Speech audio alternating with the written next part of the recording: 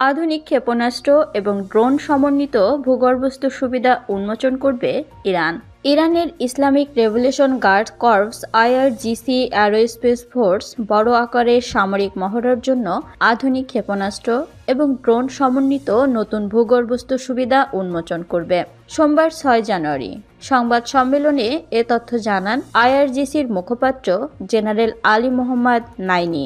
এক প্রতিবেদনে এ তথ্য জানিয়েছে Tasnim news agency. General Ali Mohammad Naini চলমান Payambar e Azam the great prophet 19 সামরিক মহড়া এবং আগামী দিনে অনুষ্ঠিত হতে যাওয়া আরও কয়েকটি মহড়ার বিষয়ে সাংবাদিকদের বিস্তারিত জানান। তিনি বলেন, মহড়ার সময় আইআরজিসি অ্যারোস্পেস ফোর্স মিসাইল ও ড্রোন সিটিস উন্মোচন করবে। একই সময়ে ইরানের দক্ষিণে একটি ভূগর্ভস্থ শহর এবং ক্ষেপণাস্ত্রবাহী জাহাজ উন্মোচন করা হবে।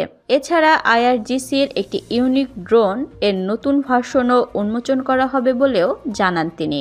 মোহাম্মদ নাইনি বলেন, আইআরজিসি নৌবাহিনী আগামী 18 থেকে 23 জানুয়ারি পারস্য উপসাগরে একটি সামরিক মহড়ার আয়োজন করবে আর আগামী 11 জানুয়ারি হরমুজ প্রণালীতে স্মার্ট ট্রাফিক নিয়ন্ত্রণের জন্য একটি মহড়ায় প্রায় 300টি যুদ্ধজাহাজ অংশ নেবে। তিনি আরও জানান, আগামী 27 জানুয়ারির মহড়ায় প্রায় 2000 সামরিক ও বেসামরিক জাহাজ অংশগ্রহণ করবে। এছাড়াও একটি বৃহত্তম নৌ কুচকাওয়াজ অনুষ্ঠিত হবে। শহীদ বাহমান বাকেরি ও রাইস আলী দেলোয়ারির নামে দুটি যুদ্ধজাহাজ আইআরজিসি নৌবাহিনীর বহরে যোগ দেবে।